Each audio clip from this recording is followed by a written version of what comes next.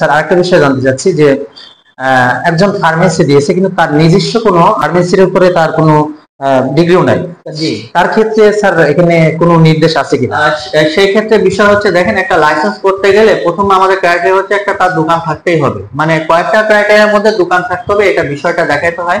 সেই ক্ষেত্রে এই ক্ষেত্রে আমরা যেটা করি যে তার যে ফার্মেসির দোকানটা দিয়েছে, এবং এই ছবিটা যেহেতু আপনি জানেন যে অনলাইনে আমাদের এখন লাইসেন্স বিন দোকানের ক্ষেত্রে আবেদন করতে হয় যে লাইসেন্সের জন্য, তার তখন ওই ছবিটা দিতে হয় তার দোকানের পরিমাপ বা দোকানের কাঠামো বোঝার জন্য। এখন সেই ক্ষেত্রে এই বিষয়টা আমরা দেখি যে তার ফার্মাসিস্ট পাস আছে কিনা বা ফার্মাসিস্টের জন্য সে অ্যাপ্লাই করেছে কিনা, এই বিষয়গুলোকে দেখে আমরা জিনিসটাকে অ্যালাউ করি কিছুদিনের জন্য। কিন্তু একটা ফার্মাসি দেওয়ার জন্য তার ফার্মাসিস্ট থাকতেই হবে, সে নিজে মালিক ফার্মাসিস্ট হইতে হবে অথবা কাউকে নিয়োগের মাধ্যমে রাখতে হবে, এবং এই ধরনের ডকুমেন্ট গুলো আমাদের অফিসে দেখাইতে হবে। সেক্ষেত্রে আমরা এই বিষয়টাকে মাথায় রেখে তাদেরকে অনুমতি দিয়ে থাকি। অসংখ্য ধন্যবাদ। আচ্ছা স্যার, এখন যারা ব্যবসায়ী আছে তাদেরকে একটু সচেতনমূলক ভাবে তাদের জন্য কিছু বলেন। আচ্ছা, ব্যবসায়ী যারা আছে তারা তাদের সেই ব্যবসায়ী ভাইদের ক্ষেত্রে আমার কথা হচ্ছে, তারা অবশ্যই একটা মহৎ পেশার সাথে আছে, একটা অস্বাভাবিক অবস্থাকে তারা স্বাভাবিক করছেন।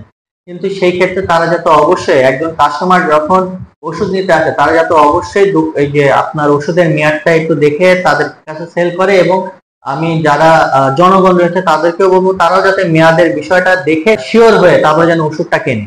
এবং ব্যবসায়ীদের ক্ষেত্রে আমার আরো পরামর্শ হচ্ছে, আপনারা অতিরিক্ত দাম কোনো জনগণের কাছ থেকে নিয়েন না।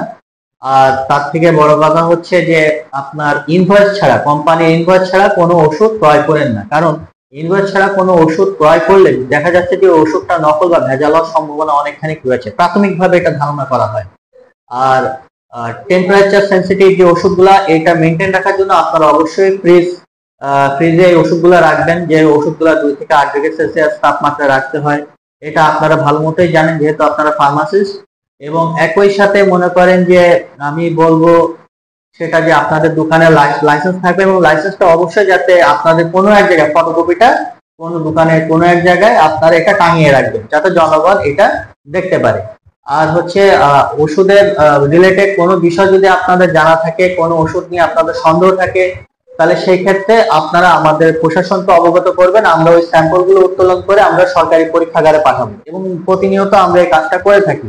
এবং আপনাদের কমপ্লেন থাকলে আমরা ওই ওষুধের প্রতি আরো নজরদারিটা বাড়িয়ে দিব, এবং ওই ওষুধটাই দেখা যাচ্ছে স্পেসিফিক ভাবে আমরা পুরাবা চুয়াডাঙ্গা বা মেহেরপুর জেলা থেকে আমি উত্তোলন করে পাঠালাম। এই হলো একটা বিষয়। অসংখ্য ধন্যবাদ স্যার।